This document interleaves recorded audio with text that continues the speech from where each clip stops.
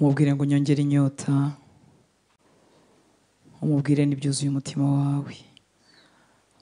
Ijambo ry'Imana riravuga ngo isoremye ugutwi ntazumva, ngo kandi kuko yumva ibyo asabwa niyo mpamvu abantu bose bajya aho ari. Arumva, arakora, akora ibirenze ibyo dusaba, ibirenze ibyo twatekereje. Imigambi ye kuri twebwe ni myiza, nubwo inzira ze zitandukanye n'izacu. Yaravuze ngo uko iburasirazuba hitaruye iburengerazuba, ngo niko inzira ze zitandukanye n'izacu. Niyo mpamvu rimwe na rimwe inzira ze tutazumva, ni nayo mpamvu twiga ijambo ry'Imana kugira ngo turusheho kumumenya, kumuhishurirwa. Data, ndagushimira amahirwe umpaye, umugisha umpaye wo kuba mu nzu yawe no kwicara ku birenge byawe kugira ngo nigishwe nawe. Ndagushimira abahungu n'abakobwa washyize inyota twese mu mitima yacu, tukaza dusiganwa twifuza kwigira kuri wowe, twifuza kugutura indirimbo n'imbyino, twifuza kwigishwa nawe Mwami. Turagushimira iyo nyota waduhaye, turagushimira impano y'amagara mazima, tugatambuka tukagenda bigakunda. Mwuka duhumeka ni wowe tuwukesha Mwami, tubiguturiye amashimwe. Ntago ari ikindi, ni ubuntu bwawe no kugira neza kwawe ndetse n'imigambi yawe ikomeje ku buzima bwacu. Abavuye muri uyu mubiri ntago twakiranutse kubaruta, ariko igituma duhari Mwami nuko hari icyo wifuza gukorana natwe. Turasenze kugira ngo ukitumenyeshe, twe kuba abapfapfa, ahubwo dushishikarire kumenya icyo ushaka n'icyo wowe ushima, maze tugihagararemo, maze tukigenderemo.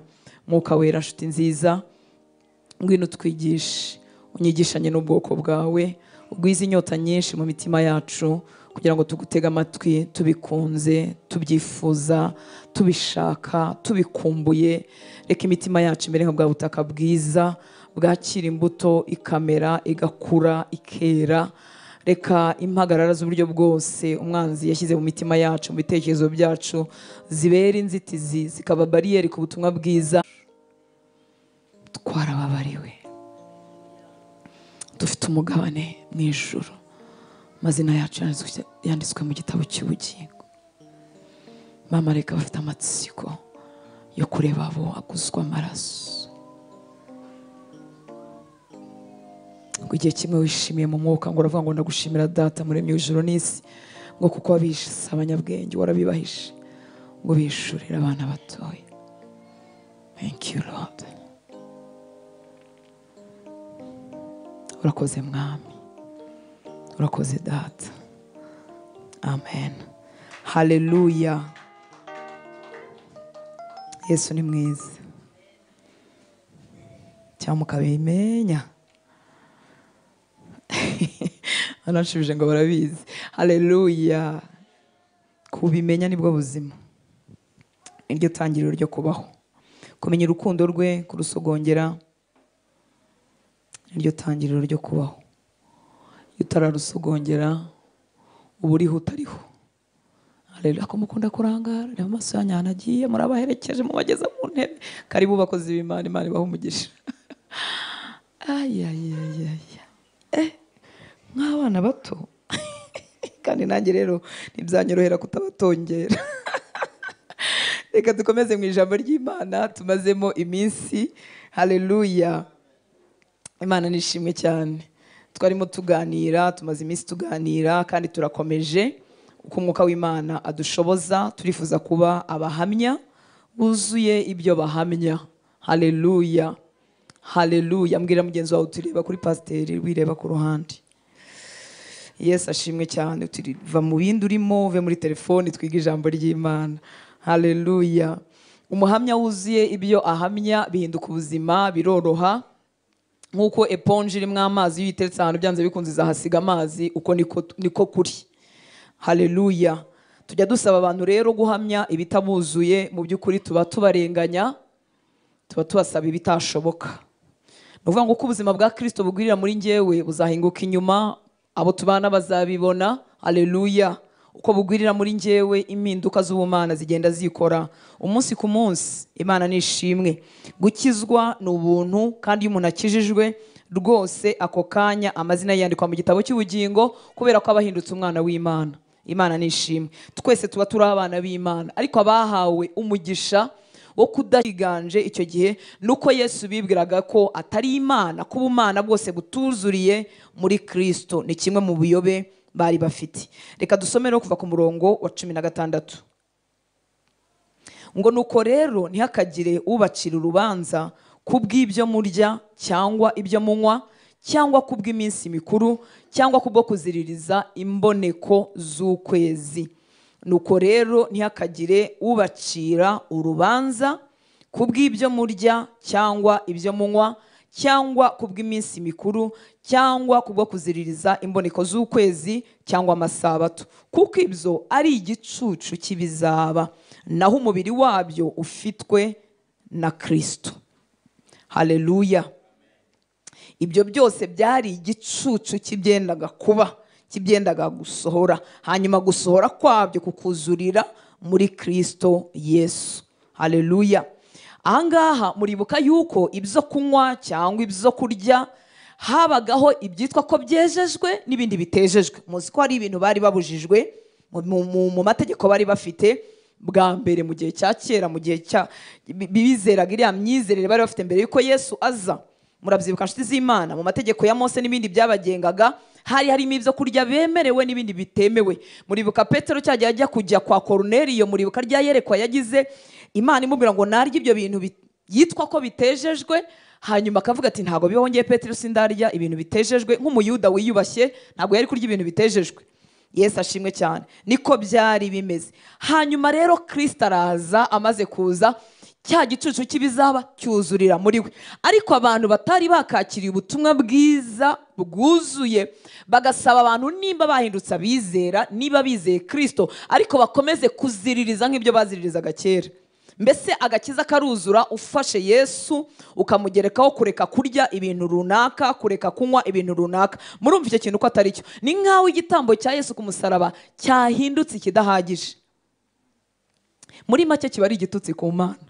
Haleluya. Uzi gufata icyo Yesu yakoze ku musaraba, icyatumye apfa, ukongera ukakigereranya yuko cyangana no gukizwa n'ibyo wariye, n'ibyo wambaye, n'ibyo wanyweye, no kuziririza iminsi n'imboneko z'ukwezi. Iyo bavuga imboneko z'ukwezi ni iminsi mikuru n'indi mihango yose bakoraga ku minsi ya mbere ibanziriza ukwezi kwabo nk'abayuda. Imana nishimwe. Ibi rero byari ubuyobe bukomeye muri rino torero ry'Ikolosayi. Ibyo baryaga, ibyo banywaga, bifuzaga ko byagerekwa ku cyo bizeye ngo agakiza kakabona kuzura. Imana itugirire ubuntu. Murabizi ko habagaho iminsi mikuru yitwa iyera, hariyo bari bategetswe inshuro zingahe mu mwaka, bazamukaga ku rusengero i Yerusalemu, ariko Bibiliya tubwiye ngo ibyo byose byari igicucu cy'ibizaba, naho umubiri wabyo ufitwe na Kristo. Imana nishimwe cyane. Ikintu gitangaje rero nuko ubuyobe bukomeze gushora imizi bukajya budusatira natwe muri iyi myaka. Hariho umuntu uzi ko ku cyumweru ari umunsi wera kuruta indi minsi. Haleluya. Ku cyumweru mu gitondo nibwo yiyeza, iyo agiye kwegera igaburo ryera nibwo yiyeza. Mbese agira iminsi yumva ari y'umwihariko. Iyo ari umudivantiste yumva isabato yera cyane kuruta indi minsi. Yesu ashimwe. Nagira ngo mbabwire ko ku Mana nta Monday na Tuesday na Saturday na Sunday bibayo. Haleluya. Imana itura mu bihe byiteka, kandi kubara iminsi byaje mu gihe cy'abantu. Ni abantu babigennye, ni kuvuga ngo mu gihe cy'abantu. Imana nishimwe. Icyakora Pawulo yatwandikiye neza, uziririza iyo minsi ntacyo bitwaye nayiziririze, n'utayiziririza abyihorere ntacyo bitwaye, tuzagenda tubibona.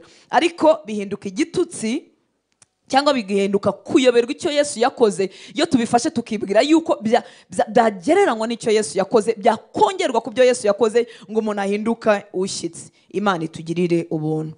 Haleluya. Muze gusoma muri Yesaya igice cya mbere, ntabwo turi basome umurongo wa 11 na 15 gutyo. Hari ahantu Imana yababwiye ngo ndambiwe amasabato yanyu, ndambiwe imboneko z'amezi yanyu, ndambiwe ibitambo agahishyi byinshi muza kuntura, ndambiwe ko mundibatira inzu. Ni ukuvuga ngo byasigaye ari imihango, ariko Imana itagize gute, itabirimo.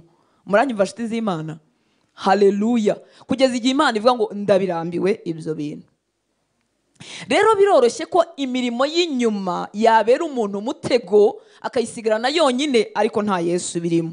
agakiza kabonerwa muri Kristo akadomo. Haleluya.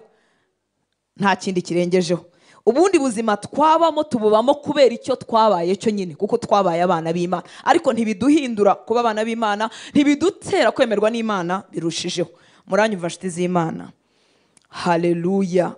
Byari igicucu kibizaba. Dukomeje kuri 18 ngo ntihakagire umuntu bavutsa ingororano zanyu azibavukishije kwihindura nk'uwicisha bugufi no gusenga abamarayika, akiterera mu byo atazi, atewe kwihimbariza ubusa n'ubwenge bwa kamere ye. Ntihakagire umuntu ubavutsa ingororano zanyu azibavukishije kwihindura nk'uwicisha bugufi no gusenga abamarayika, akiterera mu byo atazi, atewe kwihimbariza ubusa n'ubwenge bwa kamere ye. Ibyo nabonye mu busobanuro bwa Bibiliya ahangaha, ntihakagire umuntu bavutsa ingororano. Mwibuke ko iyo umuntu yandika mu gihe cye. Niyo mpamvu bimwe dushobora kutabyumva uyu munsi, kuko byanditswe mu gihe cya kera bitajyanye na lifestyle cyangwa n'ubuzima tubayemo. Ariko ahangaha havuga ngo ubavutsa ingororano, ngo iyi nteruro ikoreshwa ngo yasobanuraga kimwe n'iyakoreshwaga bavuga umuntu wakurwaga mu isiganwa, umusifuzi akamukuramo kubera ko atubahirije amategeko y'irushanwa. Mugaruke. Haleluya. Dukomeze. Ntihakagire umuntu bavutsa ingororano zanyu. Ngo iyi mvugo irakoreshwa mu buryo busobanura nk'umuntu waza, umusifuzi waza akagukura mu irushanwa hagati kuko utakurikije amategeko y'irushanwa. Abakolosayi rero barimo barasabwa ko badakwiye kwemera inyigisho z'ibinyoma ngo bahakane agakiza bahawe, bitewe n'uko batihinduraga nk'abicisha bugufi cyangwa ngo basenge abamarayika. Dusubire kuri 18 kugira ngo twumve. Haleluya. Ibyo bintu mubyihorere.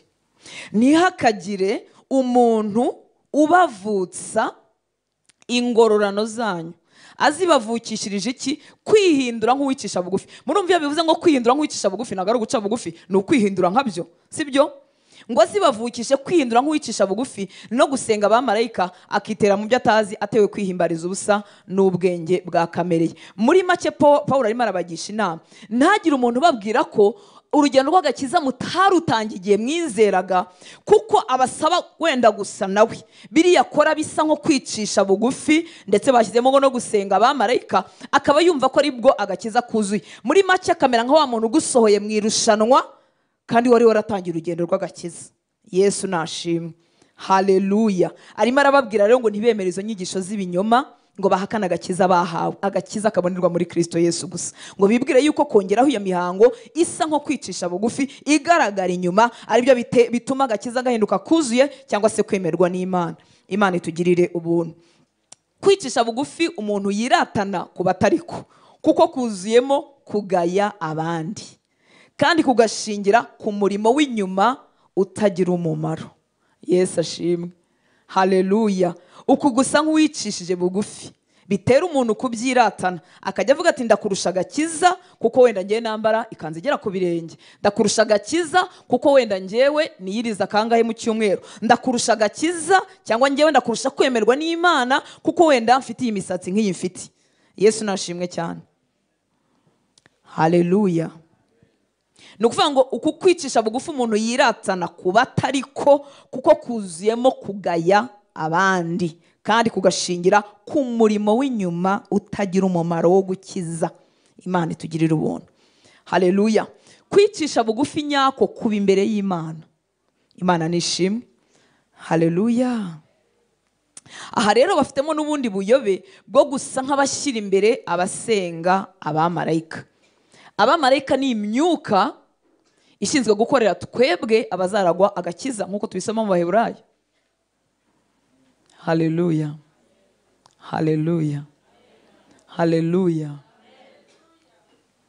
Mushobora kuba mutarahura n'ubuyobe bwenda gusa gutya, ariko bubaho, aho abantu bashyira imbere amayerekwa bagize, ukumva niba wabonye marayika mbese birimo umwihariko wo guhishurirwa Imana kuruta umuntu wakijijwe. Reka mvuge ngo gusa amayerekwa ni meza rwose, ariko ntasimbura icyo Yesu yakoze ku musaraba. Iyo uhuye n'inyigisho nk'izi z'ubuyobe, bituma abantu bahora baharanira kwifuza kubona mwene ayo marayika, kubona marayika, ahure na marayika mu muhanda, ahure na marayika mu nzira, ahure na marayika mu nzira, ku buryo byakoroha gusukwa. Mwibuke ko na Satani bimworohera kwihindura marayika w'umucyo. Bakifuza mwene ibyo bintu kubirutisha icyo Yesu yakoze.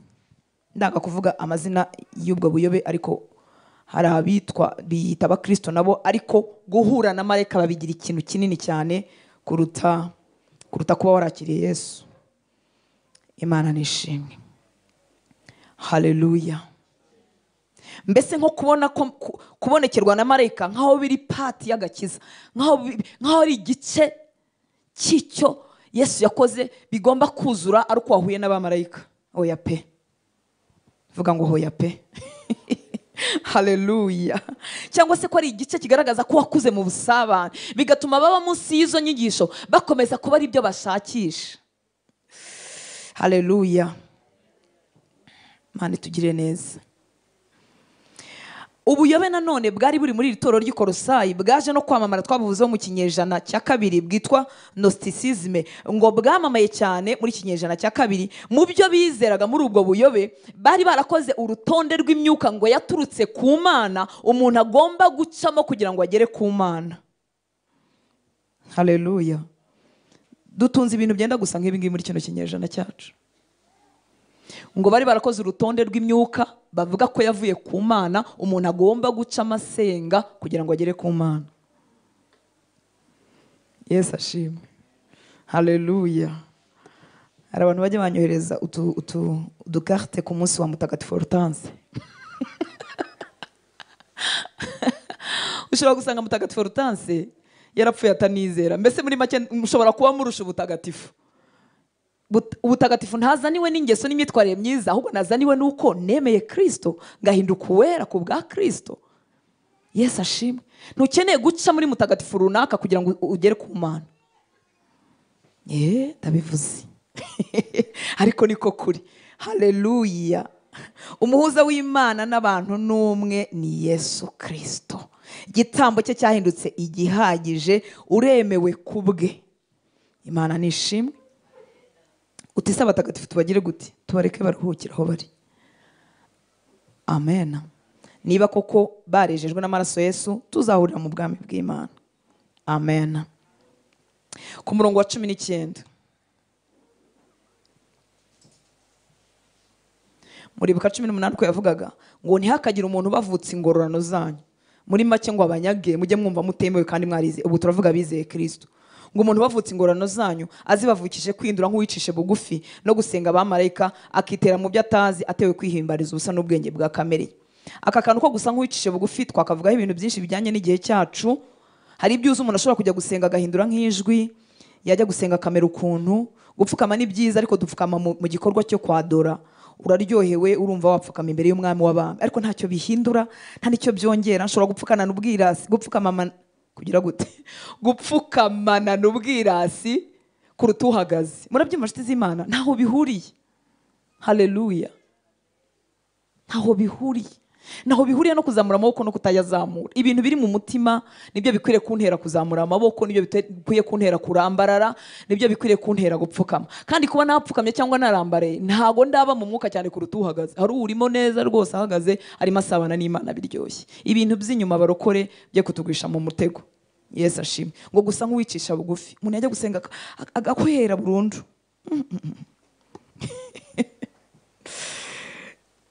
Haleluya.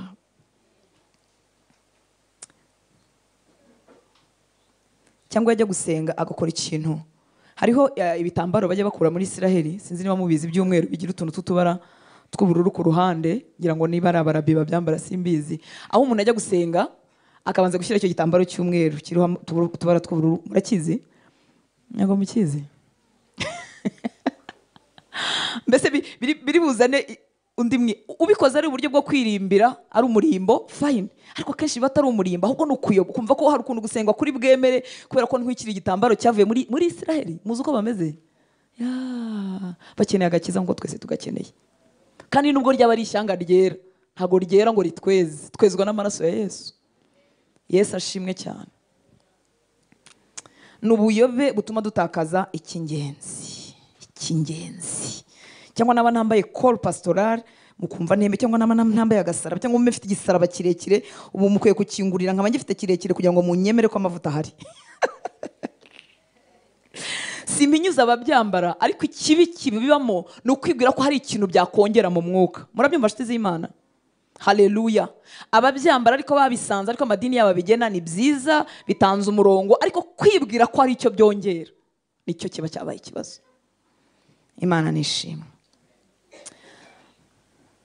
Ubu birinjiye, ntihakagire umuntu bavutse ingororano zanyu azibavukishije kwindura nk'uwicisha bugufi. Muri make ntihakagire umuntu babwira niba warizeye Kristo ko bitemewe kuko udafite indi forume yo gusenga, ubundi buryo busa nk'ubuciye bugufi bwo gusenga, ngo akaba ari bwo bwemerwa. Imana itugirira ubuntu.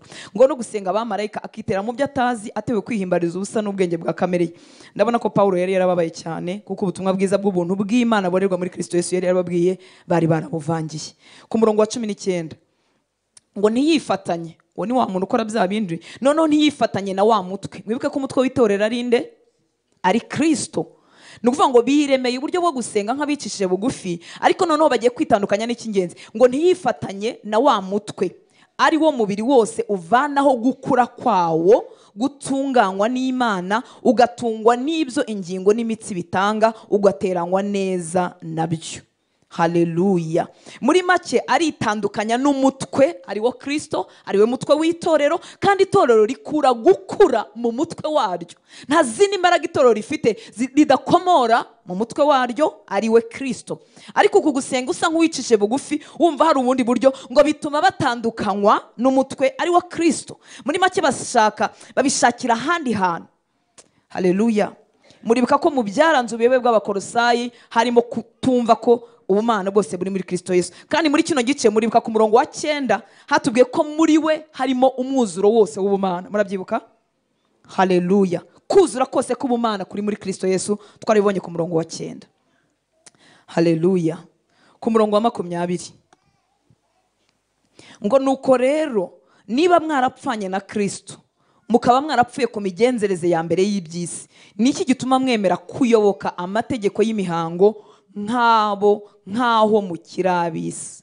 Nuko rero niba mwarapfanye, twebwe abapfanye na Kristo tukazukana nawe, haleluya, abo nabizera. Nuko rero niba mwarapfanye na Kristo, mukaba mwarapfuye ku migenzereze ya mbere y'iby'isi, niki gituma mwemera kuyoboka amategeko y'imihango nk'aho mukirabisi? Ngo ntugafateho, ntugasogongereho, ntugakoreho.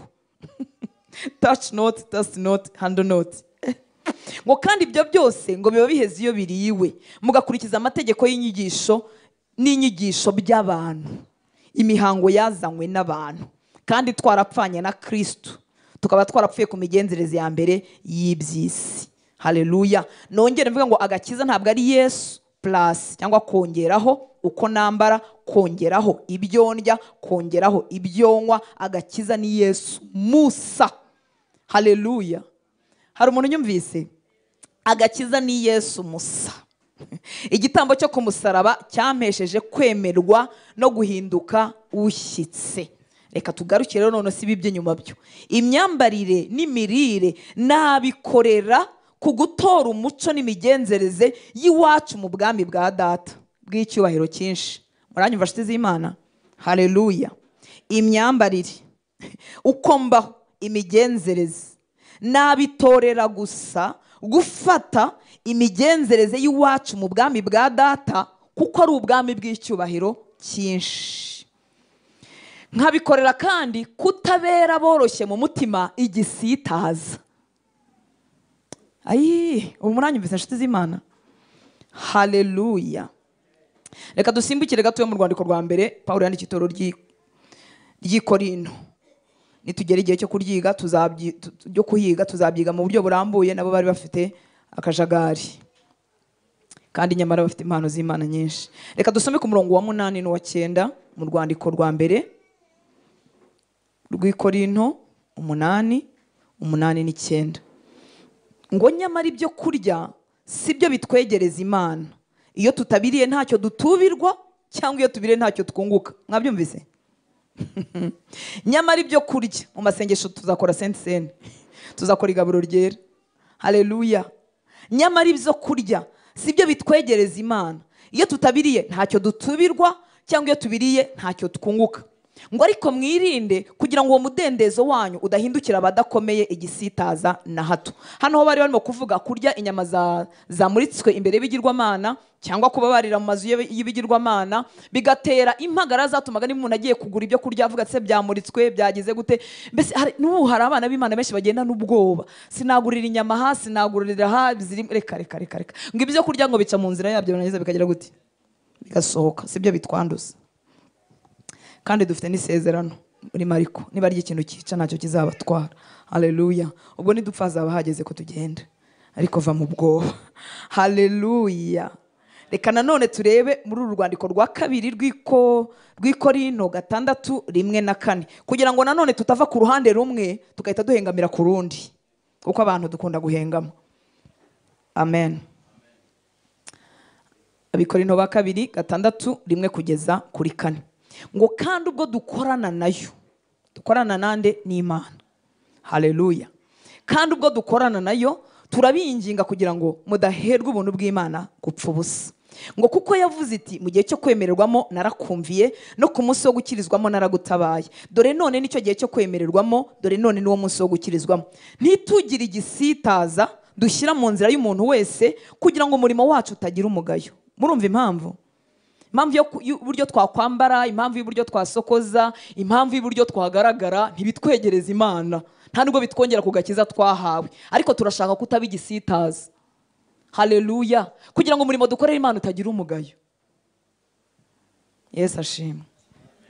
Ntitugire igisitaza dushyira mu nzira y'umuntu wese, kugira ngo umurimo wacu utagira umugayo. Ngo ahubwo ku kintu cyose twiha agaciro nk'abakozi b'Imana bagabura ibyayo, twihangana cyane mu makuba, mu mibabaro, mu byago. Twiha iki? Agaciro.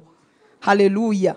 Ahubwo ku kintu cyose twiha agaciro nk'abakozi b'Imana bagabura ibyayo, twihangana cyane mu makuba, mu mibabaro, mu byago. Niyo mpamvu y'abantu barimo kwiga amasomo yo kuba abamisiyoneri benda kujya mu bindi bihugu, mu byo babatoza harimo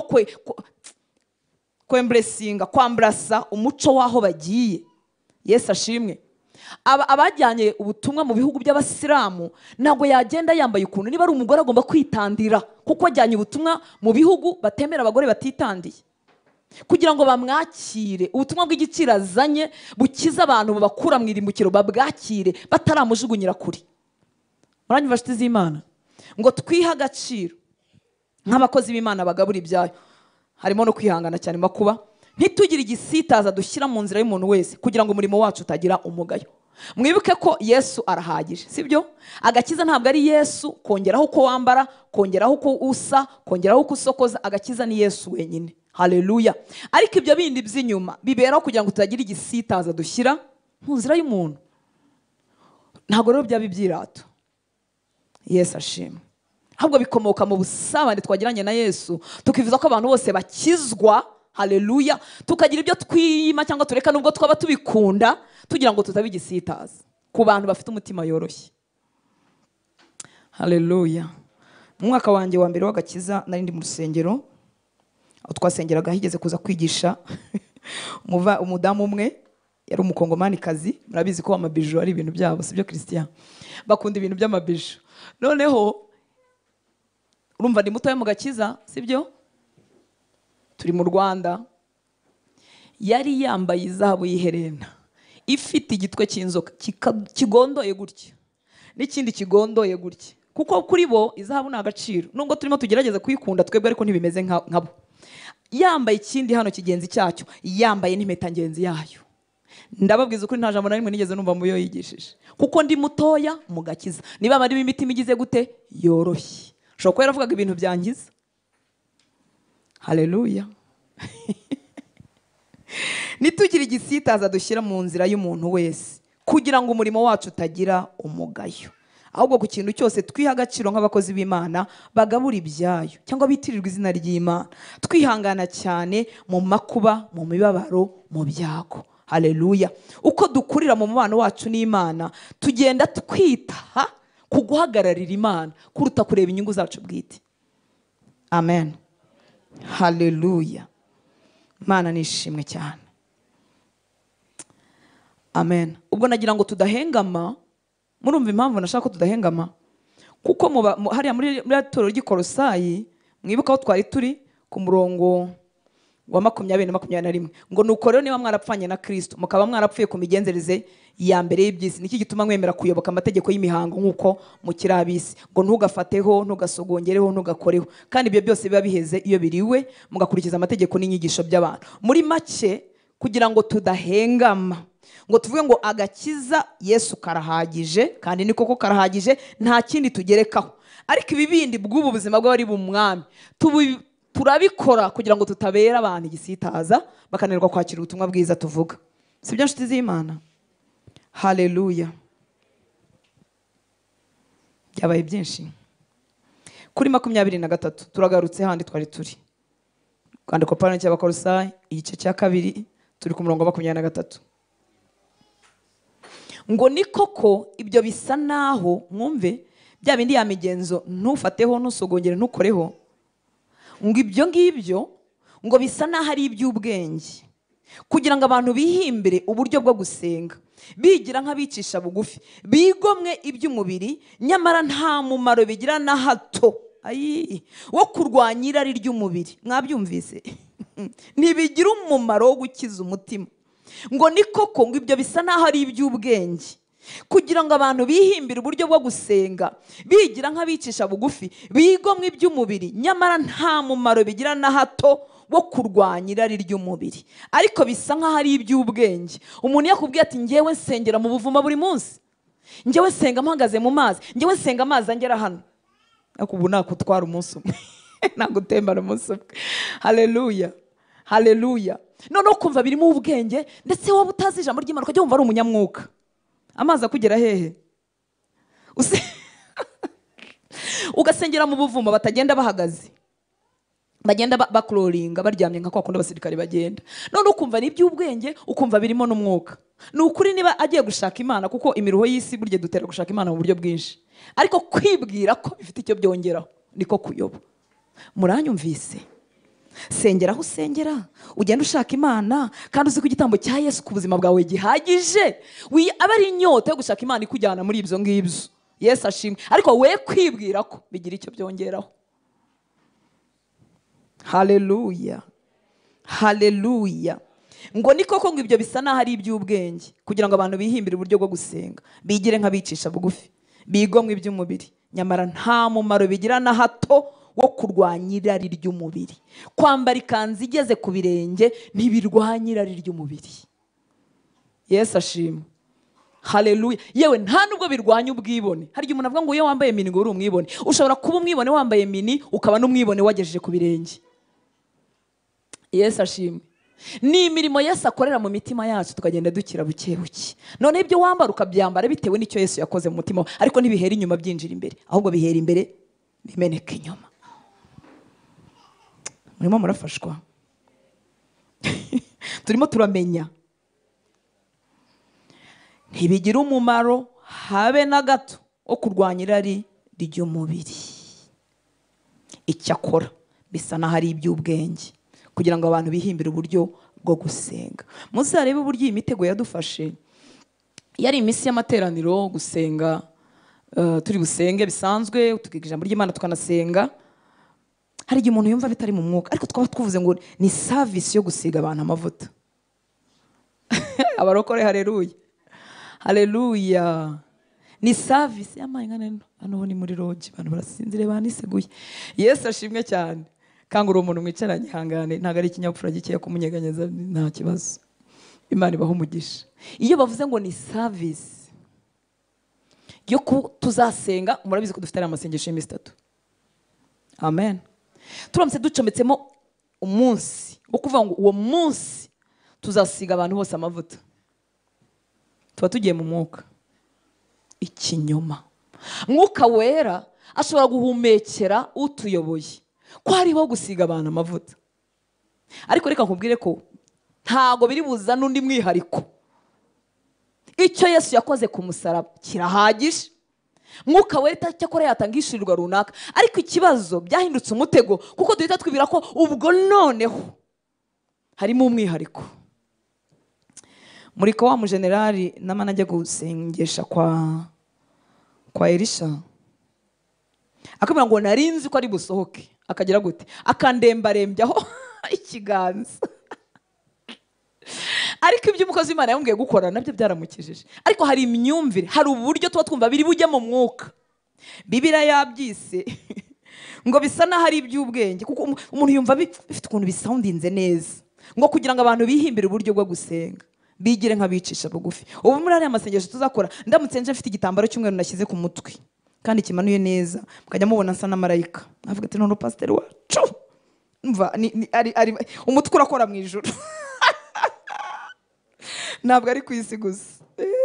Niyo mpamvu dukwiye kwiga ijambo ry'Imana. Haleluya. Tukava mu bintu tuzi ibyo ari byo.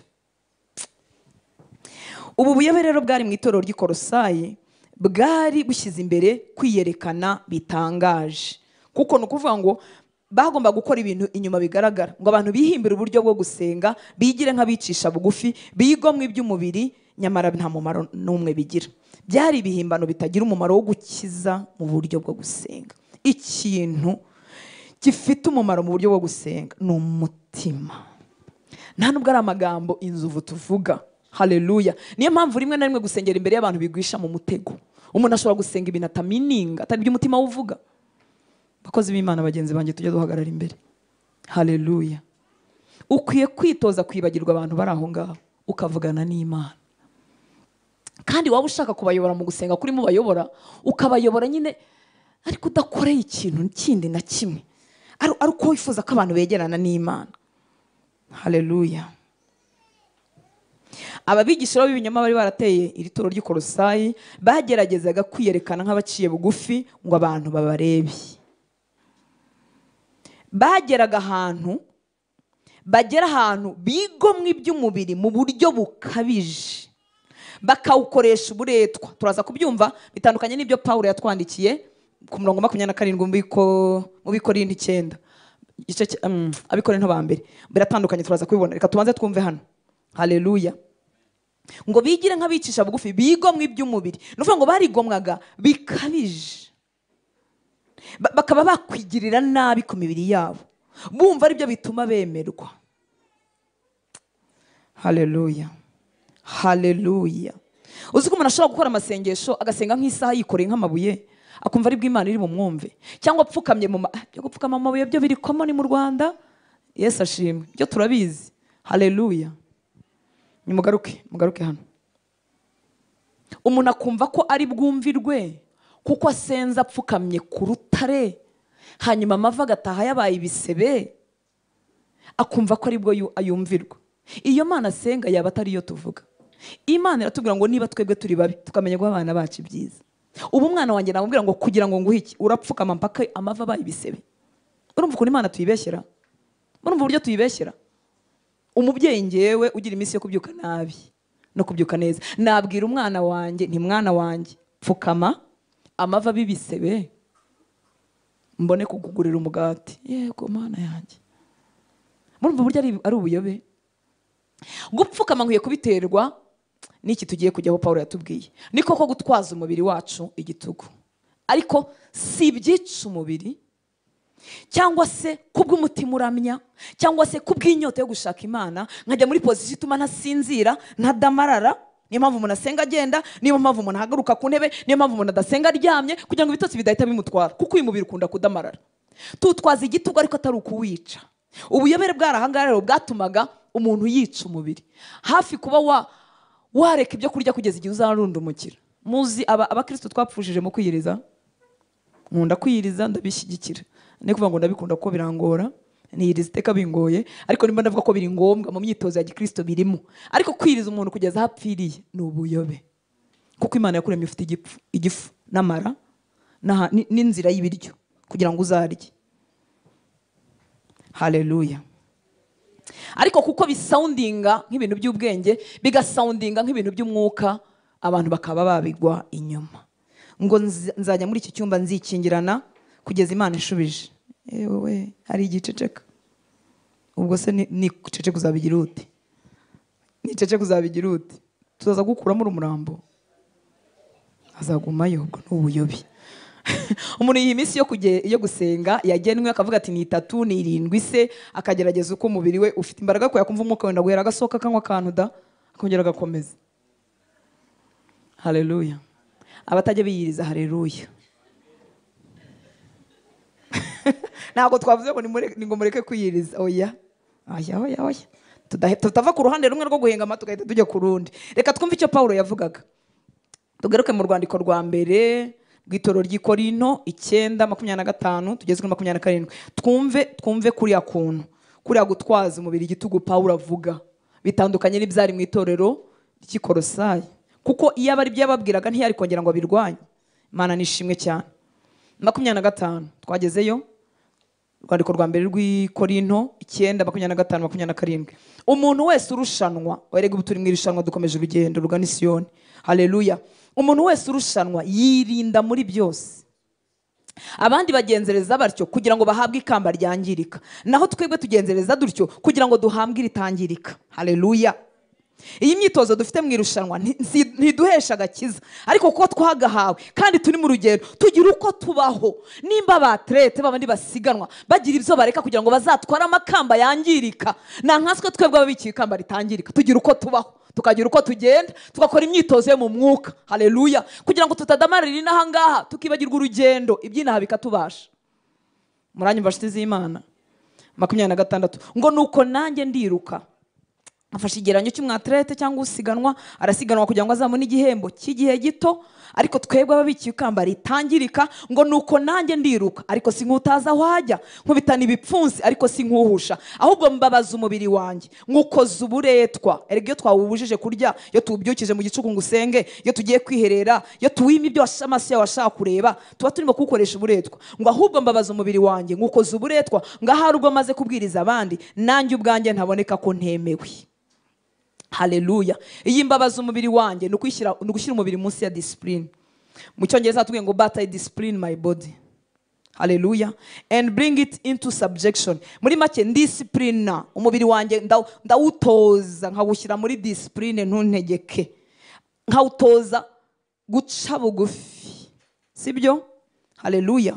Uko niko gukoza uburetwa. Si ugupfukama ngo amava hinduka ibisebe, si ugusenga nikoreye amabuye, si ugukuroringa nka byari basirikare ukamanuka ku musozi ukazagera mu manga ngo nibwo Imana izakumvira. Muranyumva nshuti z'Imana? Ariko kandi si no kuwudamaraza kuko ukunda kudamarara, ahubwo ndawudisciplina. Yesu ashimwe cyane. Nkabwe nti mubiri wanjye twarakijijwe ntitureba ibi. Mubiri wanjye twarakijijwe ntituryama amasaha 10 buri munsi. Mubiri wanjye twarakijijwe ntitujagajaga ntituzerera. Murumva ukuntu umuntu awubwira?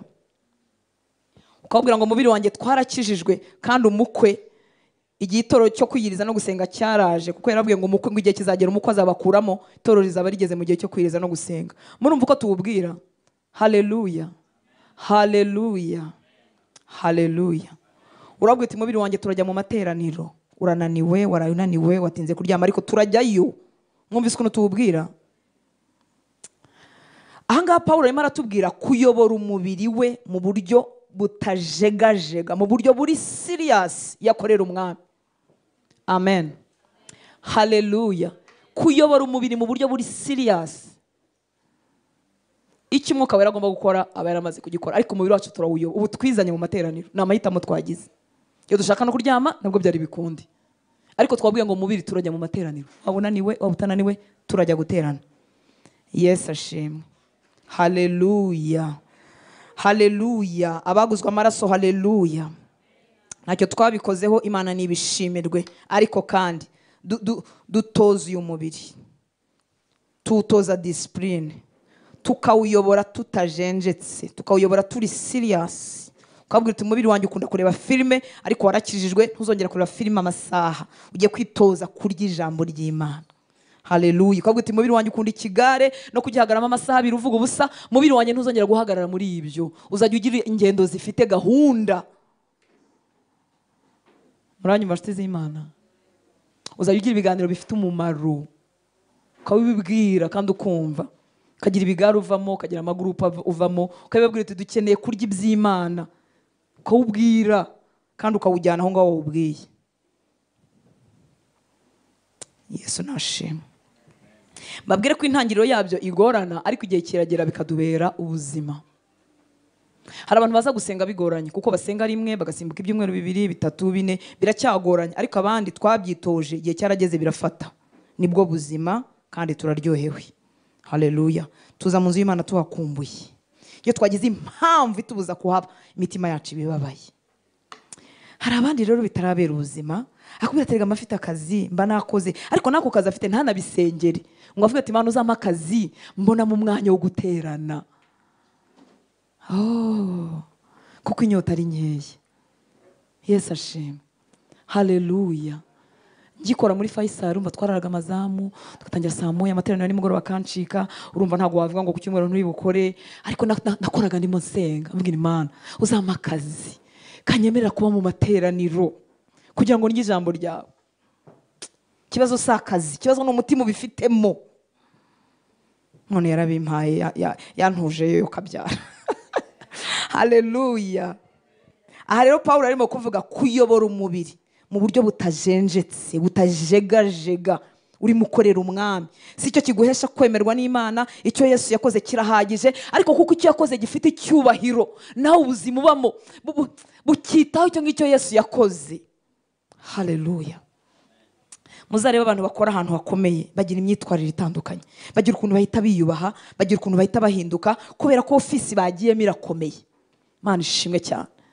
Twebwe twaguzwe amaraso y'igiciro, tubikiwe ikamba ritangirika nshuti z'Imana. Haleluya. Ibyo Yesu yakoze abamarika bibigirira amatsiko, ni gute wabaho ujenjetse nk'utazi icyo waguzwe? Ahubwo dukwiye kwiyubaha, tukongera tukiyubaha, tukongera tugatwaza uyu mubiri igitugu. Haleluya. Hari ijambo riba mu rwandiko Paulo yandikiye Abafilipi, mu Kinyarwanda ntibabivuga neza. Byandika itoro ry'Ifilipi 2:12 avuga ngo nuko abo nkunda nk'uko iteka ryose mwajyaga mwumvira, uretse igihe mpari gusa, ahubwo cyane cyane ntahari, muba ariko musohoza agakiza kanyu mutinya muhinda imishyitsi. Mwabyumvise? Icyo twaguze kiraremereye, dusohoza agakiza kacu dutinya, tutapfa kubibamo uko tubonye, tubisohoze dutinya duhinda umushyitsi. Mu Cyongereza aravuga ngo work out your own salvation with fear and trembling. Muri make ukorere mu gakiza, ntago gakorerwa ariko tugakoreramo. Haleluya. Iyo turimo dusenga, iyo dufata iminsi yo gusenga, iyo twiga ijambo ry'Imana, iyo dukorera abera, iyo dukorera Imana, iyo dukora ibyo twasomye mu ijambo, tuba turimo gukorera muri ako gakiza twahawe. Muranyumva nshuti z'Imana? Haleluya. Haleluya. Reka duhe Imana icyubahiro. Haleluya, haleluya, haleluya.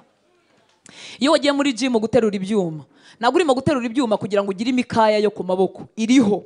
Ahubwo urimo urabiterura kugira ngo ikomere. Mwabyumvise? Ntabwo muri gym bakuremera amaboko ugenda uyafite. Nta muntu ugiterura ibyuma hano. Iki ni ikibazo. Ntabwo iyo ugiyeyo baturemera izi miskle, siko bimeze abajene. Haleluya. Shwi, ntabwo barya ngo no kwiteza ibyuma no kugira gute.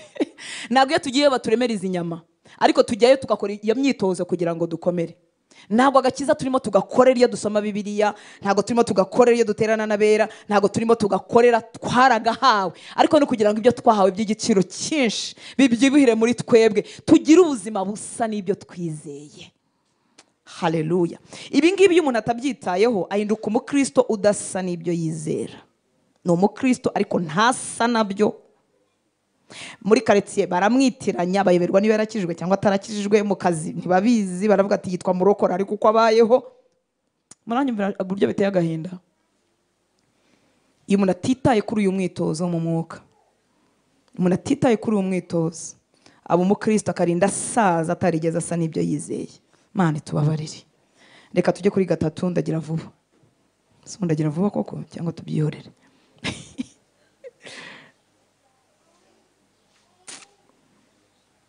Haleluya. Nagira vuba bigakunda. Ku gice cya 3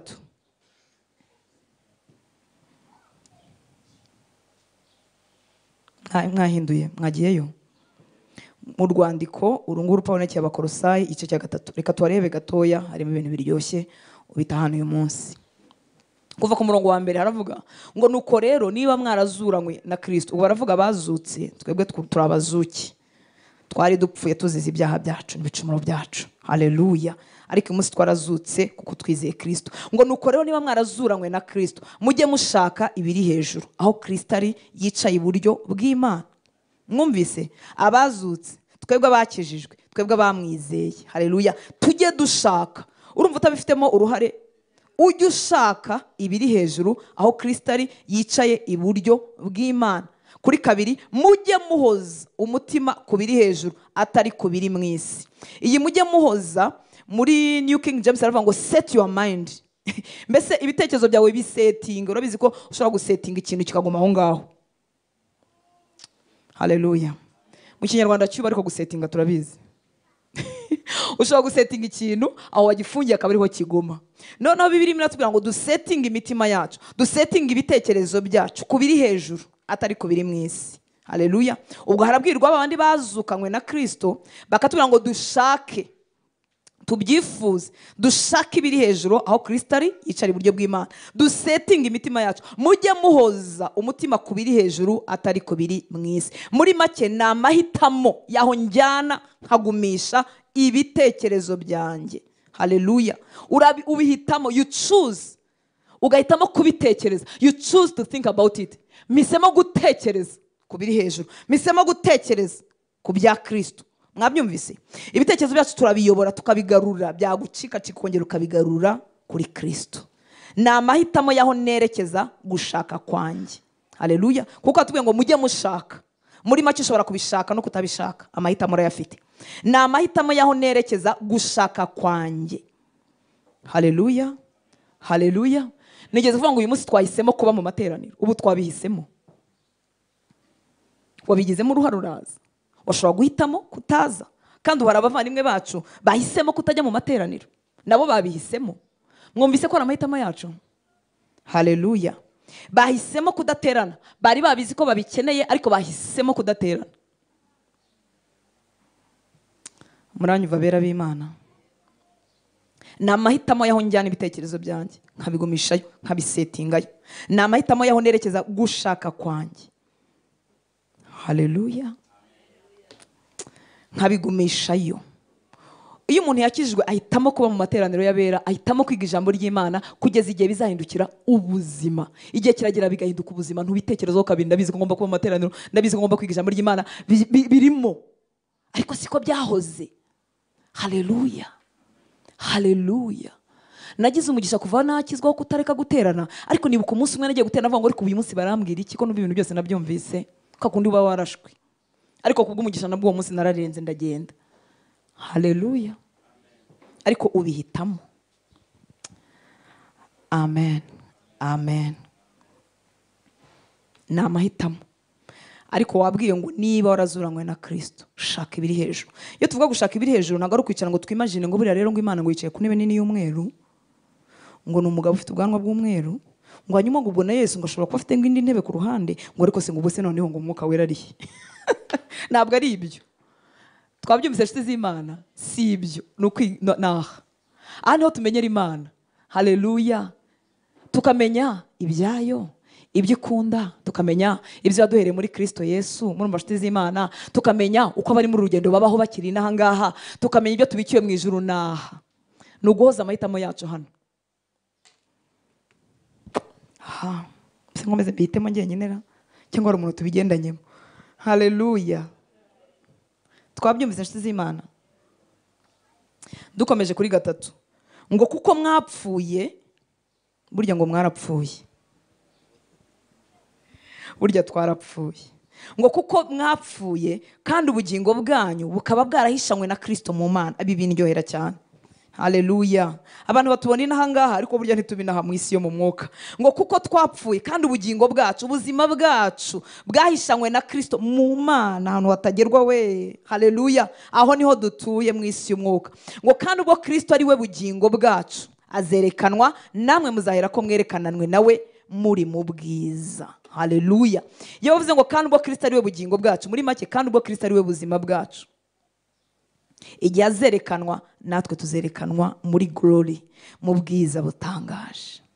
Wumvise aho utuye mu mwuka kuno murongo wa gatatu, kandi ubwo twapfuye ubuzima bwacu bukaba bwarahishanywe na Kristo mu Mana. Haleluya. ibintu bimara impagarara z'ubuzima. Abapfanye nawe nibo basabwa ibi bikurikira ku murongo wa 5. Ubwo ni abakijijwe, ni abizera Kristo. Ngo nuko noneho mugiye kugira gute? Mugiye kwica. Mwabibonye kuri 5.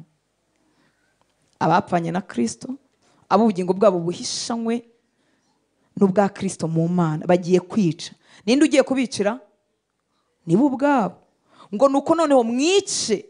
Kwica ni nko kumisha. Ikintu kitakivomereye kiruma. Murumva nshuti z'Imana? Ngo nuko noneho mwice ingeso zanyu z'ibyisi, za zindi za kera, gusambana no gukora ibiteye isoni no kurigira no kurarikira n'imyifurize yose ariyo gusenga ibigirwamana. Mortify, mwumishe muri make. Ubu turi mu murimo wo kumisha ingeso zacu za kera. Haleluya. Ureka kuzigaburira.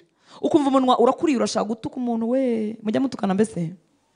Haleluya. Ukumva urashaka nko kumusubiza, yakubwiye ukuntu kwiza, oya ntago ari kwiza, kubi arakujombye nk'ahantu ukumva birabira. Ariko ukica, ukumisha gutukana, ukumisha ukuntu wasubizaga kera, ukagira gute? Ukabyumisha, ukavuga ati sindi bumusubize, narakijijwe. Hanyuma ishubije ubugaburiye. Warakijijwe, yes, ariko uragaburiye. Kandi iyo ugaburiye kirushaho kubyibuha. N'ubutaha iyo bakujombyeho gatoya urongera ukabasubiza. Ariko watangiye umurimo wo kumisha, ugenda ubyumisha kugeza igihe bitagikorera, bimera nk'ibitagihari. Twamera nk'abatazi gutukana, kandi bitutsi tugibyibuka mu mutwe. Hari umuntu unyumvise? Haleluya. Twice, twumishe. Twumishe, ntubivomerere, ntubigaburire, ubyumishe. Twumishe ingeso za kera. Kandi ingeso si zahingutse inyuma gusa. N'ibitekerezo bipfuye umuntu arabyumisha akavuga ati no way. Nta kuntu watambuka mu bwenge bwanjye. Mujye mwitoza kwibwira. Muranyumva nshuti z'Imana? Ikintu cy'igitekerezo cyanduye gipfuye kigatambuka mu mutwe ngo ujye ukibwira uti no. Kuno kuvogera. Umuntu wakire Kristo umwami w'abami. Ni gute ibitekerezo byajagajaga mu mutwe wanjye uravuga uti no, waciye ahantu hatemewe. Mwabyumvise? Igitekerezo cyo gusambana kije, icyo kwangana, icyo kubeshya, icy'uburiganya n'ibindi bintu bitandukanye. Kumva karatambutse ngo pyo. Ubwo abona barimo batera intambwe, abandi bo byituriyemo babana nabyo, barabisasiye, barabyorosa, barabivomerera, bakabigaburira. Imana igukize. Haleluya. Twice, twumishe, bikagukomangira, bikakujagajaga koko ikavuga ati no, urapfa, uruma, ntago utura muri njyewe, umuntu waguzwe amaraso. Haleluya. Kubera iki? Mwibuka ko twapfuye. Muri make ubuzima turimo bw'inyongezo si ubwacu n'ubwa Kristo. Yarabitubwiye hano mu Bikorinto ba 2:5-15 ngo kandi yapfiriye bose. Inde wadupfiriye? Kristo. Kandi yapfiriye bose kugira ngo abariho be gukomeza kubaho ku bwabo. Wowe nanjye twapfanye na Kristo tukongera tukabaho. Ntabwo turiho ngo dukomeze kubaho ku bwacu. Mwabyumvise impamvu tugomba kumisha no kwica? Kuko tutakiriho ku bwacu. Ngo kandi yapfiriye bose kugira ngo abariho be gukomeza kubaho ku bwabo, ahubwo babeho ku bw'uwo wabapfiriye akanabazukira. Impamvu ntagusubiza, impamvu ntagutuka, nuko ndi mu buzima bwo kubaho ku bw'uwo wampfiriye akananzukira. Murumva nshuti z'Imana? Impamvu ingeso za kera zigomba kuma nuko ntariho ku bwanjye. Haleluya. Abariho be gukomeza ubuhemukiye wagukunze, ukomeje kubaho nk'uko wabagaho kera. Ngo kandi yapfiriye bose kugira ngo abariho be gukomeza kubaho ku bwabo, ahubwo babeho ku bw'uwo wabapfiriye akanabazukira. Ibisimba ivugira ku bikorwa byitwa iby'icyaha gusa. Niyo twanze kurya ijambo ry'Imana, iyo twanze kwiga ijambo ry'Imana, iyo twanze kugaburira umwuka wacu, tuba duhemukiye watuguze amaraso. Haleluya. Kuko umuntu wacu wa undi yaguze yagiriye ku musaraba, tuba tumuconjesheje akamera nk'uwarwaye bwaki, akabura imbaraga zo gusa n'uwamukunze. Muranyumva nshuti z'Imana? Kandi yapfiriye bose kugira ngo abariho be gukomeza kubaho ku bwabo, ahubwo babeho ku bw'uwo wabapfiriye akanabazukira. Iyo twemeye kugwingira tuba tutabayeho ku bw'uyu wadupfira akanatuzukira. Imana itubabare kandi duhe inyota. Haleluya. Ubwo uriho rero kubwo wagupfiriye akanakuzukira, checking ibyo ureba, checking ibyo wumva, ese birakuganisha mu kuberaho Kristo cyangwa bikujyana kure. Checking ukubayeho, wishyire ku minzani uvuga ati ibi ntibimunyegereza, ibi ntibituma mbaho kubwe, ibi nibyigireyo, ibi nibyigireyo. Haleluya.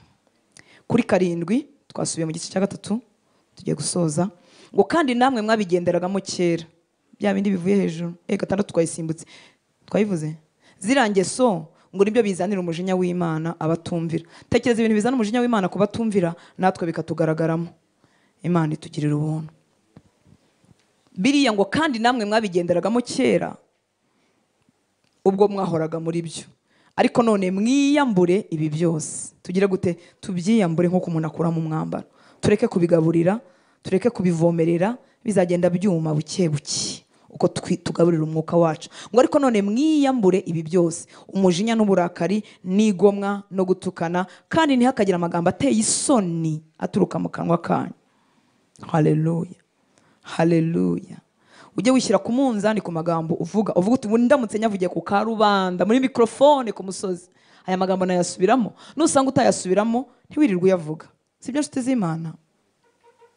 Ku 9 barakomeza kutubwira ubwo twiyambuye, ubwo twambaye umushya, ubwo twiyamburira muntu wa kera, ngo ntimukabeshyane ubwo mwiyambuye umuntu wa kera n'imirimo ye, mukambara umushya uhindurirwa mushya kugira ngo agire ubwenge kandi ngo ase n'ishusho yamuremye. Haleluya. Umva aho tugana nshuti z'Imana, gusa n'ishusho y'uwaturemye.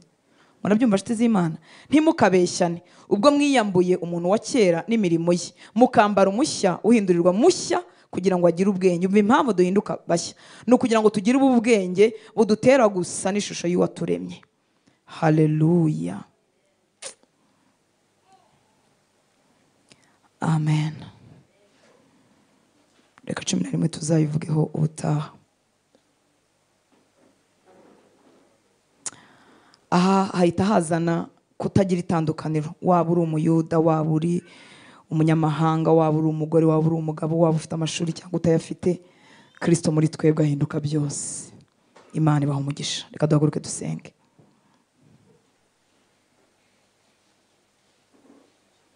Usabira umutima wawe inyota yo kubaho kubw'uyu wagupfiriye akanakuzukira. Wifuze kumenya ibye, wifuze kubihagararamo, ntiwemere kuyobagurika ngo wibwire ko Yesu hari ikindi kintu bamwongeraho ngo agakiza kabone guhinduka gahagije. Amasengesho menshi ntabwo uhindura umwana w'Imana kurushaho, oya, ahubwo uyaterwa n'umutima ufite inyota, ukifuza kumenya Kristo kurushaho, ukifuza gusabana nawe. Ibyi kandi bikurinda ubuyobe buzenguruka bwagutera kwibwira ko uwo muntu yegereye Imana kukurusha, kuko yakoresheje ibihendo by'ubuyobe bw'igihe cyanyu. Ubwo afite ijwi risaraye, ubwo ni ukuvuga ko ari ufite amavuta. Nanjye mubwire ko ijwi ryasaraye tuba twishe corde vocale zacu, tuba twishe haba hapfuye, sote twananiwe, twaraye amajoro, twashakuje, nta jwi rya anointing ribaho. Nta kintu nkeneye kwiterekaho ngo mbone guhinduka uwera cyangwa uwemewe. Ntabwo ukubwiye ngo iyambure ngo usiga amavuta kuva ku mutwe kugera ku birenge ari byo biri mu mwuka. Ahubwo ibintu nk'ibyo ukwiye kubihungira kure, kuko inshuro nyinshi biherekezwa n'amafuti.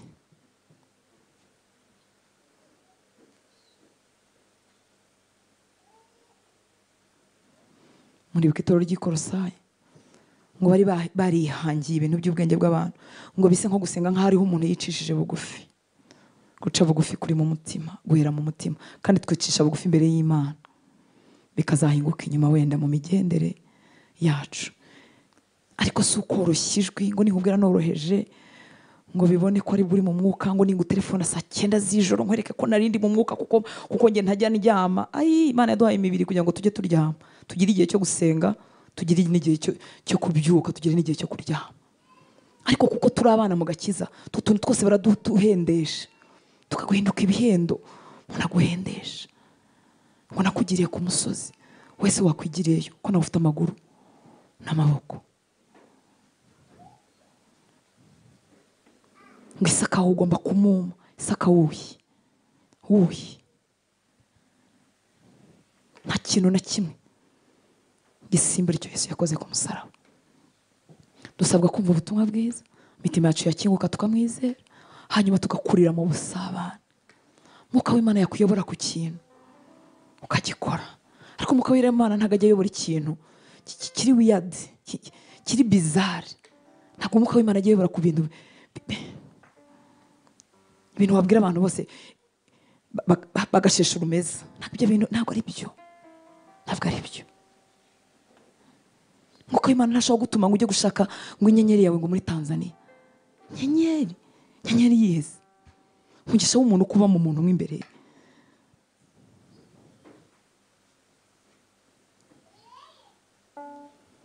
Ngo ugende ukora iminsi 7 ngo upfukamye mu mazi ngo uyahagazemo ngo inyenyeri yawe igaruke. Yagiye hehe? Yajyanywe nande? Iyihe wundi?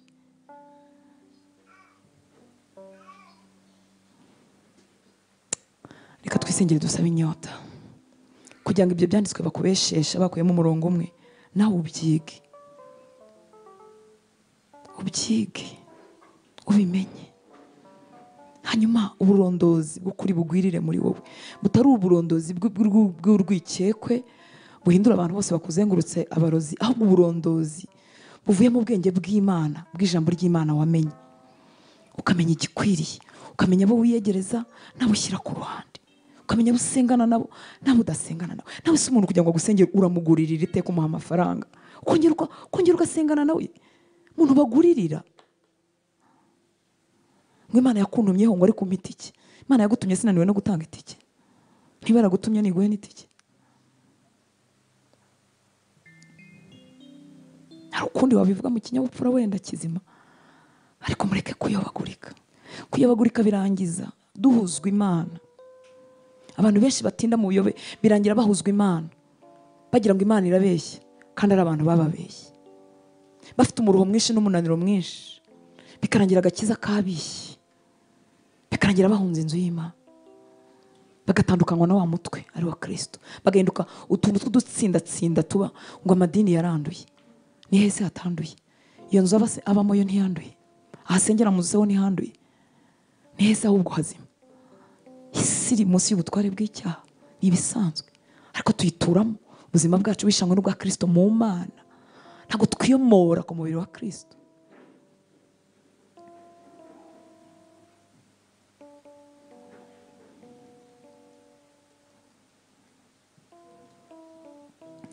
Abakiri batoya mufite imihamagaro yivuga butumwa itandukanye. Ntukeneye kwimpressiona, ntukeneye kugira ibintu uterekaho, ntukeneye guhindura ijwi, ntukeneye kwambara karavati igera ku birenge, ntukeneye kugira imyitwarire imeze ukuntu. Ba wowe. Ubundi butumwa bwiza buri simple, buroroheje. Ba wowe uvuge mu ijwi ryawe, ntukeneye kwigana umuntu uwo ari we wese, umuntu wamwigiraho. Ariko Imana yaguhamagaye iguha ubuntu nkawe. Ba wowe ugende nkawe.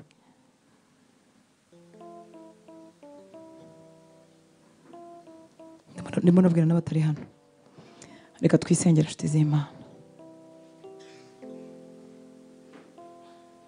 tumusabe inyota kugira ngo tubashe gusetinga, kwerekeza bya bitekerezo byacu kubiri hejuru aho Kristo ari. Kubiri hejuru mwibuke ni ku byo Yesu akunda, ni ku byo atwigisha, ni ku nyigisho ze, ni ku cyo yakoze ku musaraba, ni ku cyo yatugize cyo, ni ubuzima bw'abari muri uko babaho. Byose byanditswe mu ijambo ry'Imana, rigwirire muri twebwe. Ibitekerezo byacu aba ariho biguma, aba ari byo duhitamo. Ibidukuza mu kurushaho gusa nawe aba ari byo duhitamo.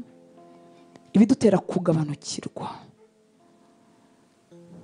tubihunge, kuko bidukamyamo inyota, ese katubasha tukabihirwa n'urugendo. Kandi uru rugendo rurimo amahoro menshi, urugendo rurimo ituze ryinshi, urugendo rurimo imbaraga z'Imana zidutuza hejuru y'imiyaga y'uburyo bwose. Uru rugendo rurimo imbaraga zituma ubuzima bwacu bumera nka ya nzu yubatswe ku rutare. Si uko imivu idahari, irahari, imiyaga irahari, ariko ubuzima bwo gukurikira no kwita ku cyo Yesu avuga budutuza ku rutare. Imiyaga ikaza, imivu igatemba, tugakomeza duhagaze ku rutare. Ariko musabe inyota yo kumutamukuraho amaso kugira ngo ubashe kwiyambura imirimo ya wa muntu wa kera, ubashe kuberaho wagukunze, wagupfiriye akanakuzukira. Uri mu myaka y'inyongezo yo kubaho kubwe, turi mu myaka yo kubaho kubwe. Twari abo gupfa, twari abo gucirwaho iteka, aduha agakiza, atwongera n'iminsi yo kubaho kugira ngo tubeho kubwe. Usohoza agakiza kawe. Nk'uko umuntu ajya mu myitozo ngo umubiri we ugire imbaraga, niko ukwiriye kugira imyitozo y'umwuka. Wiga ijambo ry'Imana mu masaha ya 24 y'umunsi. Shyiramo kwiga ijambo ry'Imana, shyiramo kuryumva no kuribamo. Wisiba amateraniro y'abera, nta mpamvu zikomeye.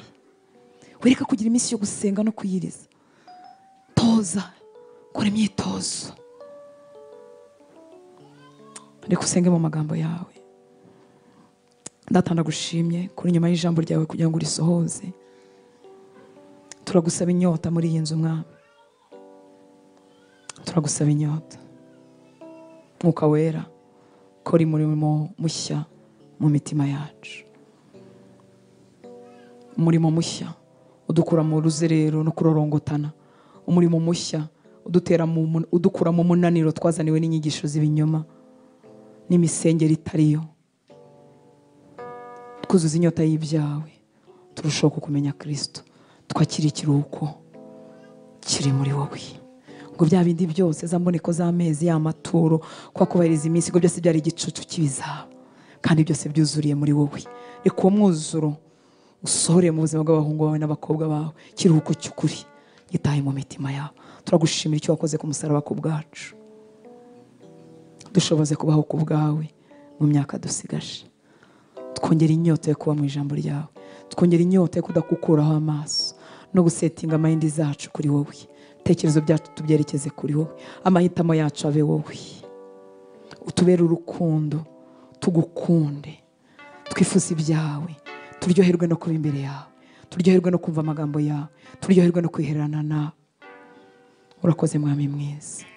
Reka umuruho wose waje mu buzima bw'abahungu bawe n'abakobwa bawe kubw'ibishuko binyanyagiye hirya no hino, uyu munsi ukorwe ku bitugu byabo.